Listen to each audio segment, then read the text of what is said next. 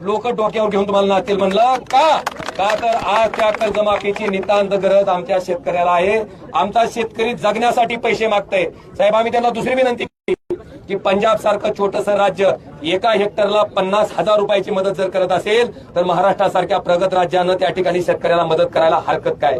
आणि उद्धवजी, आम्ही काल त्यांना तिसरी विनंती केली की तुम्हाला आता डबल इंजिनचं सरकार आहे, भले तुम्हाला अजून कर्ज काढायची वेळ आली तर कर्ज काढा, पण हा शेतकरी जगण्यासाठी धडपडतोय, त्याला उभा करायचा असेल तर आपण कर्ज काढून का होईना पण मदत करा, अशी आर्त हाक या सगळ्या शेतकऱ्याच्या वतीनं आम्ही त्या ठिकाणी मुख्यमंत्र्यांना काल मी परत आमदार कैलास पाटील, प्रवीण स्वामीजी, सुपल साहेब, आम्ही सगळे म्हणून त्यांना दिलेले साहेब आणि काल विनंती केली. त्यांनी आम्हाला फक्त म्हणले की त्यांचे मंत्री सगळे जाऊन फिरून आलेत, आता सगळं काय घ्यायचं. आम्ही काल लगेच त्याच्यावर प्रतिक्रिया दिली नाही साहेब, आम्ही वाट बघतोय. आम्हाला आशा आहे की तुमचे मंत्री ही परिस्थिती अवस्था बघितल्याच्या नंतर किमान उद्या तरी मंत्रिमंडळाची बैठक झाल्याच्या नंतर या शेतकऱ्याला जी कर्जमाफीचं आश्वासन आपण दिलं होतं ते पूर्ण करावं आणि हेक्टरी 50,000 रुपये त्या ठिकाणी मदत जाहीर करावी, एवढी आम्ही अपेक्षा आशा लावून बसतोय.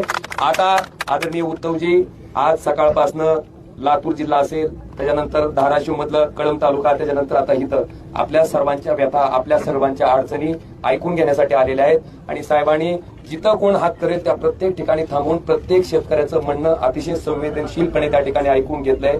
उद्धवजी, मला फक्त तुमच्या बाबतीत एकच सांगायचंय, ज्यावेळेस आपलं सरकार आलं त्यावेळेस उद्धवजी तुम्ही कुठलीही निवडणूक नसताना किंवा मताच्या अपेक्षेनं कुठलाही विचार न करता खुर्चीत बसल्या बसल्या आमच्या शेतकऱ्याला कुठलीही अटी निकष न लावता त्या ठिकाणी 2 लाख रुपयाची कर्जमाफी त्या ठिकाणी दिली होती. साहेब, तुम्ही विचार केला नाही की आता उद्या कोणचं मतदान आहे, मतदानाला लोक मतं टाकतील का.